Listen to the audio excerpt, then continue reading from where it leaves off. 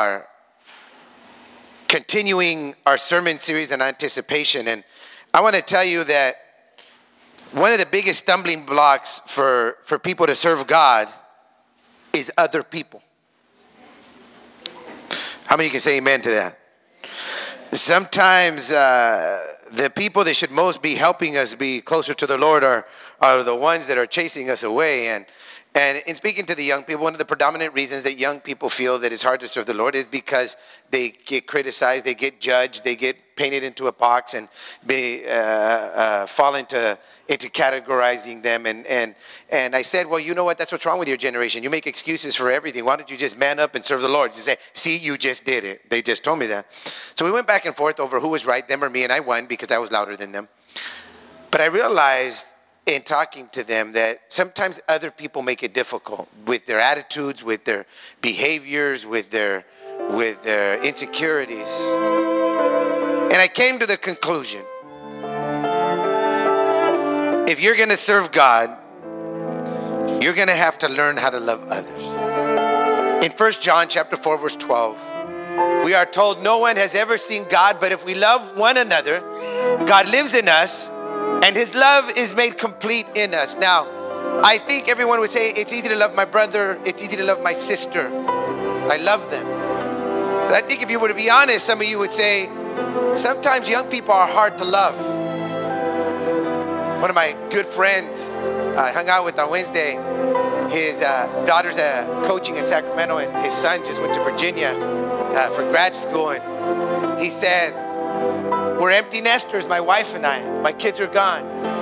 It's a good thing my wife and I like each other, he said, because we're all alone.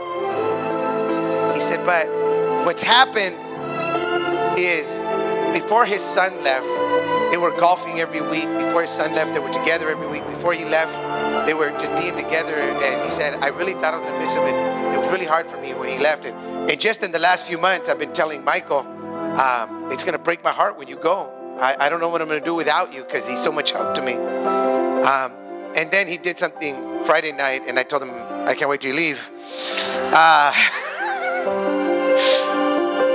But young people sometimes are hard to love. They're hard to get along with because they are very different than we are. Now, Paul, I just need to help Paul. Paul, when Michael leaves, are you going to help me?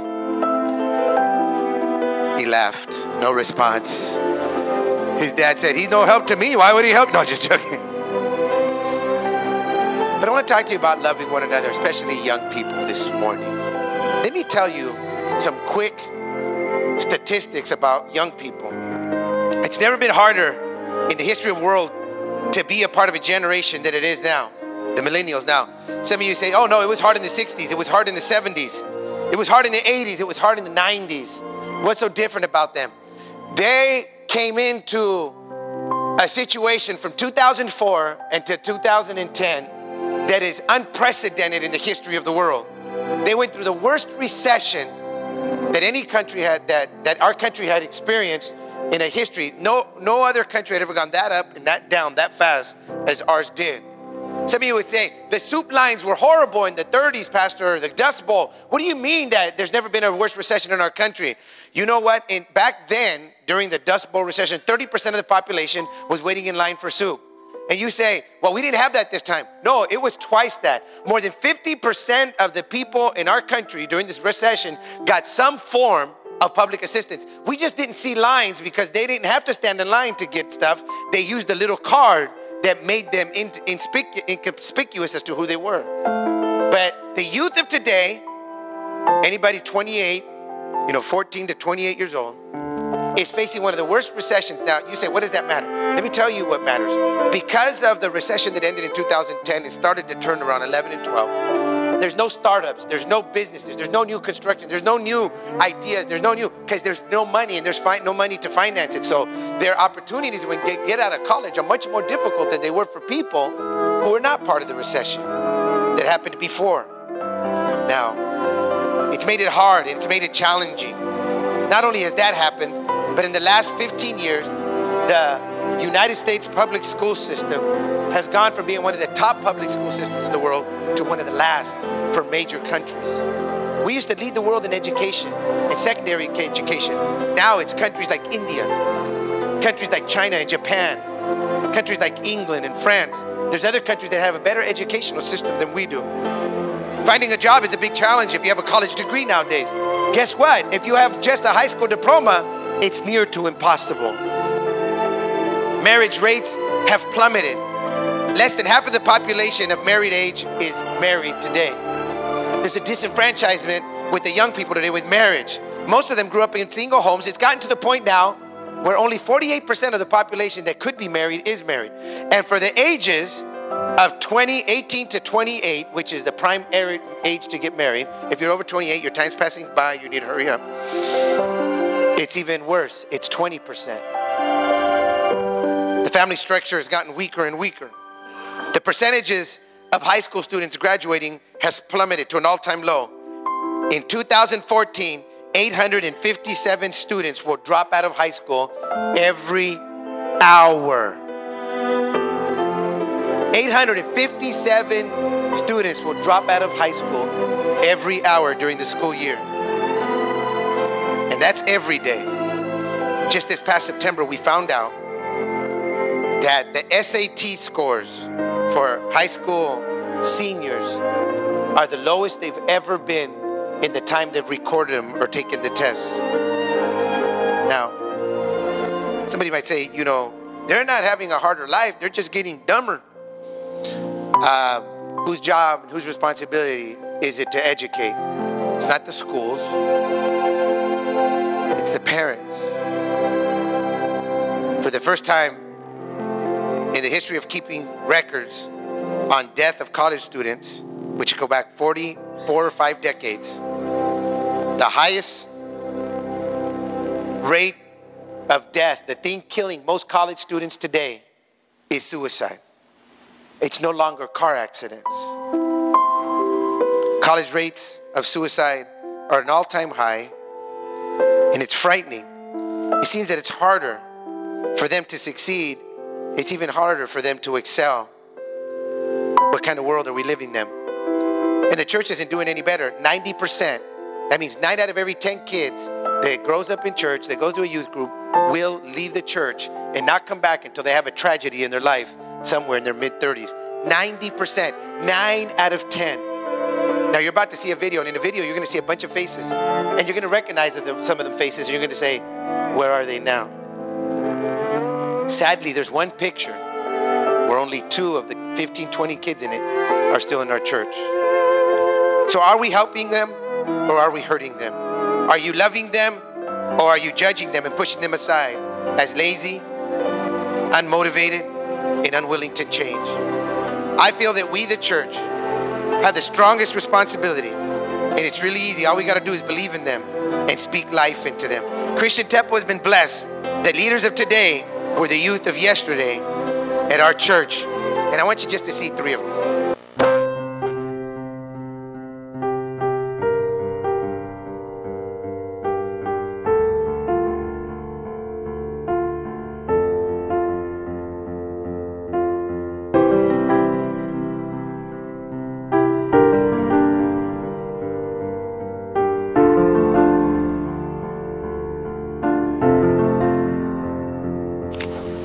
Serving God as a youth wasn't hard for me. I was never influenced by peer pressure. I was never into drinking or anything like that. I was always able to kind of stay away from that crowd. So when I first got saved, serving God was all I wanted to do. It was something new to me, and I loved it, so it was really easy for me. It wasn't too hard for me to be a Christian growing up, because to me it was always, you know, God is God, and no matter what I did, no matter what I do, He was always God. So no matter what, I always made sure people knew I was a Christian, and I avoided the things I should avoid, and I tried to be what God wanted me to be, and just to be a role model to others and to myself. Serving God as a youth was that was always it was a challenge of my time, and that was because there's always, you know, the peer pressures that, you know, kids will go through at their, you know, at their stage, you know, during their high school years. it wasn't easy by any means. I mean, you had the crowd who always liked to go out and drink, and, or just have fun, or just have a party all the time. And you know, we grew up in the country where it was just a bunch of orchards. So yeah, you'd have parties out in the orchards and stuff. They had invited me a couple of times, but of course I said no. But by no means was I always the same. I mean, I always had my fair share of issues as well.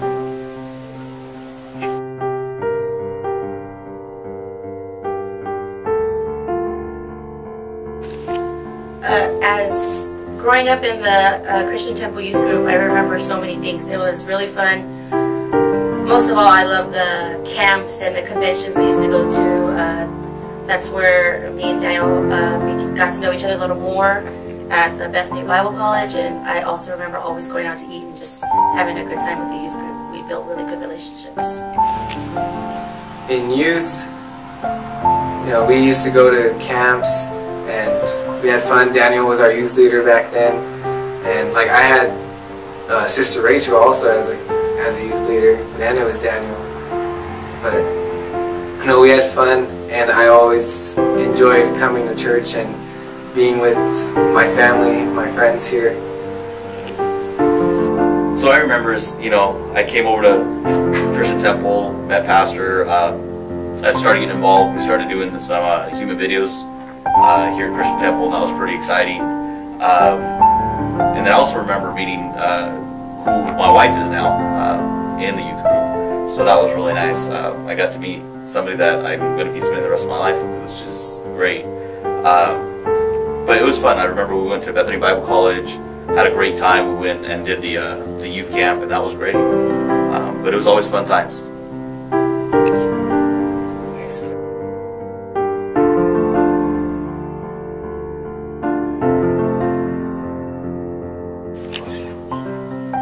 I would have never guessed, honestly, that I was going to be this involved in church. I knew that I had a passion to be able to do dramas and do all that stuff.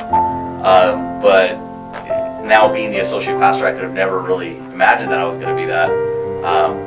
But just knowing that I'm doing that, it's fun. I love it. Knowing that we're trying to impact people's lives and make a difference in their lives is something that's huge.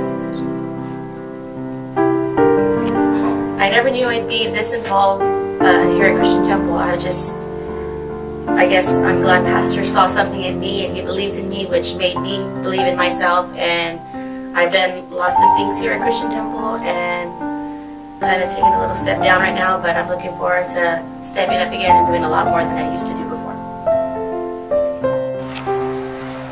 I didn't really think I would be too highly involved.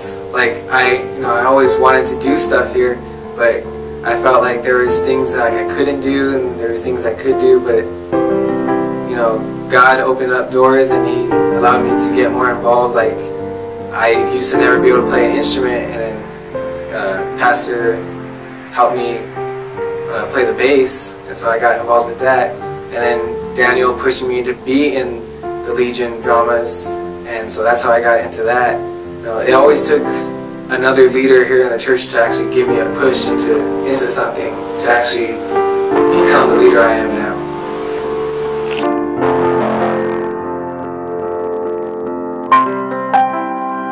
So, three of the biggest leaders in our church came up from out of our church, from our youth group, and I thought maybe sometimes we judge them because we don't know them. So I want to give you an opportunity to get to know some of them. This isn't all of them, but this is some of them. Maybe you don't know them. You know, maybe when you get here on Sunday morning and you walk through the doors and you see them over there on their cell phones, or you see them eating a donut in the sanctuary, you say, you know, what a disrespectful, no good for nothing, you know. And he's the pastor's child too, you know. So, but what I want you to realize is they have future goals and dreams just like you did. And maybe your attitude towards them could help them become a Daniel, a Christina, you know, a Manuel. By the way, somebody back there said, what are they doing to Manuel? And they were slamming him up and down. They were praying the devil out of him. That was what they were doing. I just want to ask you really quick. Tell us your future goals as a career. And at this church, tell us what you're doing now to prepare for it. And is there somebody here that you've looked to and said, you know, I can do what they're doing, and you're motivated by that? And we'll start with you. Well, I just graduated from cosmetology school yesterday, and so hopefully someday I will own my own salon, and I would like to continue singing, but I always look up to Sister Annie, so yeah.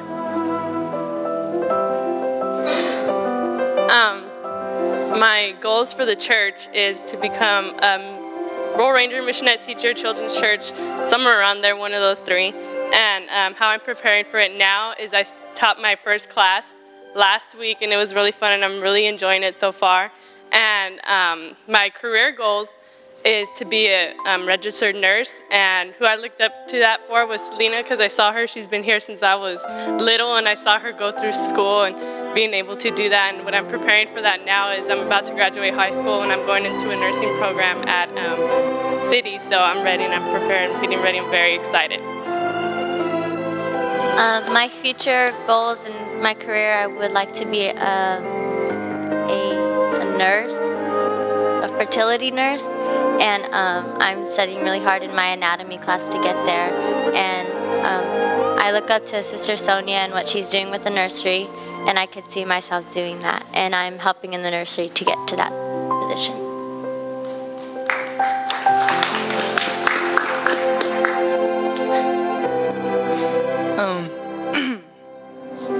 For my career goal is to be a automotive.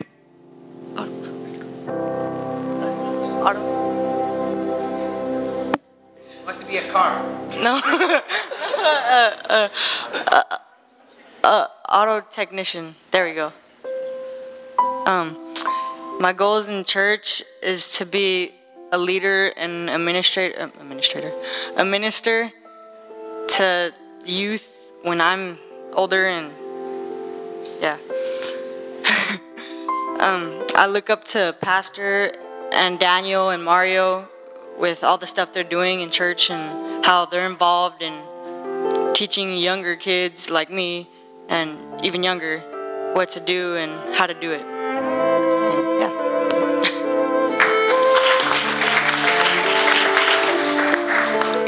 Hey, I'm Emilio. If you guys didn't know me, I want to pursue my career in acting, and I want to be one of the biggest tithers in this church. As far as my careers, I want to go to the Army and then attend a university after. And to prepare for that, I'm studying hard in high school right now and just want to graduate with high honors. And as far as the church, I just want to take over a role of leadership, and how I'm preparing right now is I basically mirror my dad, do everything.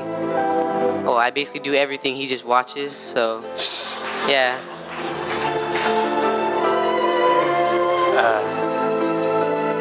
Amen.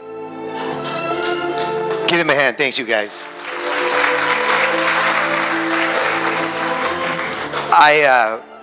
In talking with them on the last 2 Wednesdays, I came to realize that I remember when I had dreams, and I remember when I had goals before I got married.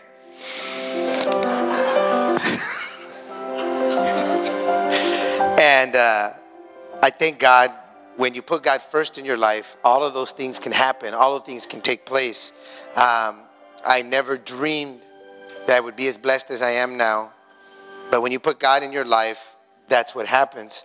So how can you help these young people? How can you get involved, and what can you do? You can say, you know, I can't be Mario, I can't be Daniel, Pastor, I can't be you, I can't be the people they mentioned, but who you can be is an encourager. Instead of looking down your nose at them when you see them in the back, or you see them somewhere not paying attention and saying a snide remark, why not walk over to them, shake their hand, and say, I prayed for you. I prayed for all the young people of the church this week, and I know that God has a future for you. God has goals for you. God has a plan. A type of person that does this is a type of person who has learned how to love one another. Is a person that has learned to see them for who they are, not what they are. Are they maybe not as motivated as you'd like to be? Probably not. Are they not as goody two-shoes as you wish they were? Probably not. Are they perfect? Probably not. But neither were you. neither was I. I can look back at a Sunday school teacher. I can look back at a children's church teacher, a pastor and his wife, a youth leader, and people who encourage in my life. But I can also look back to members in the church that if they didn't see me on a weekday or on a Sunday, they wouldn't just assume the worst and tell me, you know, that I was headed in the wrong direction. They would tell me they missed me. But the biggest thing you can do is encourage them. Don't see the issues. Jesus comes along and removes all that from them in time if you and I pray for them. And I am anticipating, because this is the year of anticipation, but I am anticipating that in that group, not just them, but whoever else is up there, there will be another Daniel. There'll be another Christina. And there'll be another Manuel. I'm not anticipating 9 out of 10 of them are going to be gone. I'm not anticipating they're going to fail in high school and drop out. They're going to drop out of college. They're not going to have a job. I'm not anticipating all those things that the world says. God says he has a plan for them, and the plan is to prosper them, to build them up. Quit seeing the shadow of who they are, and like Jesus, begin to remove it.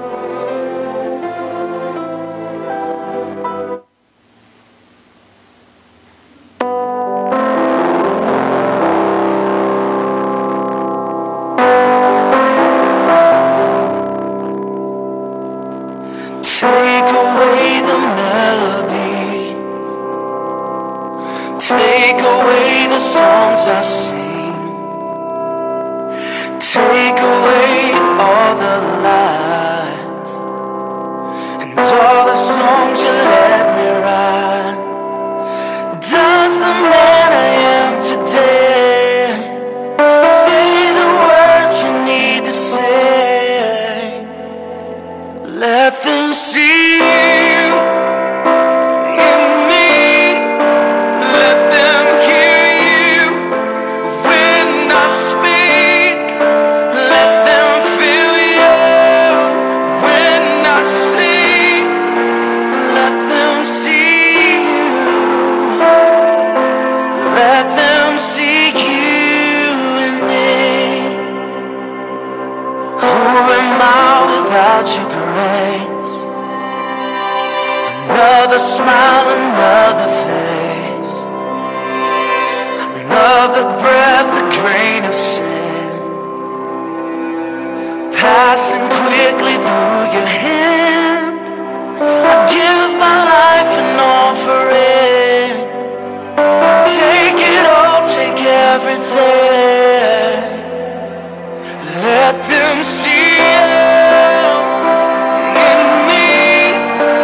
Let them hear you when I speak. Let them feel you when I sing. Let them see you. Just let them see you in me.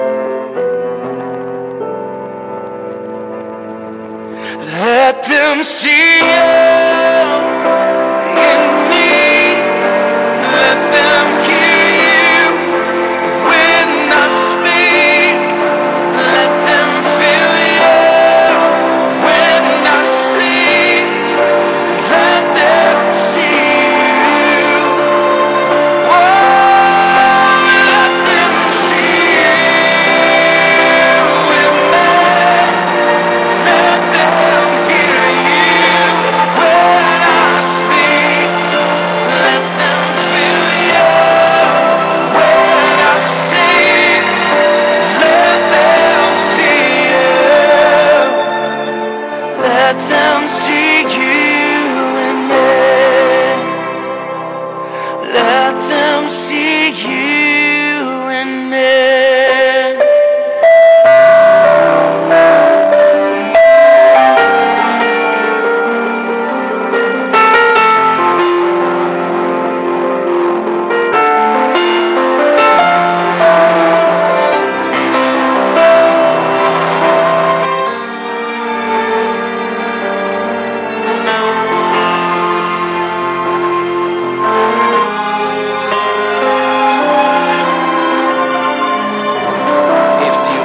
Life of Jesus, he didn't just merely look at people, he saw them. Because sometimes when you look at people, you see the shell, you see the silhouette, you see the shadow, and you can project on it what you want. As soon as the shadows went up, you started saying, well, that's Nate, that's Abby, that's who's that, you know, and you start saying who's who. But Jesus more than looked at you and me, Jesus saw into us who we were.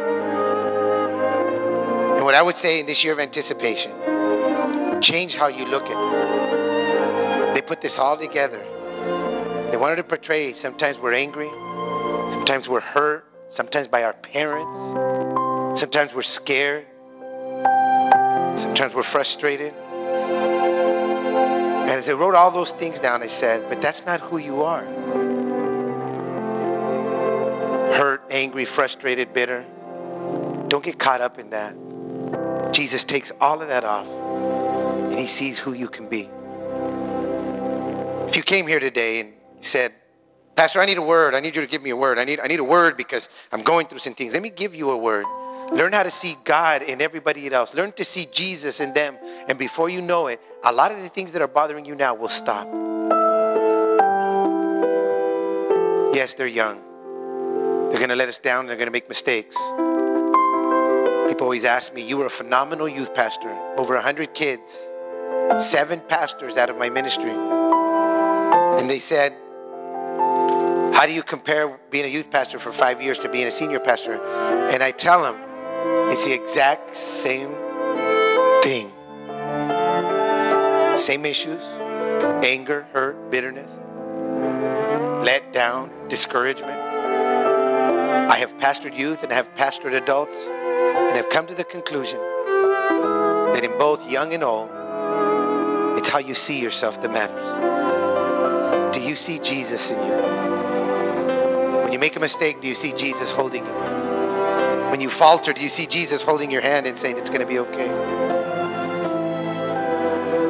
You look at a couple and you see them straining just to keep it together. You look at a little girl from middle school and you say, look at her, she's all messed up.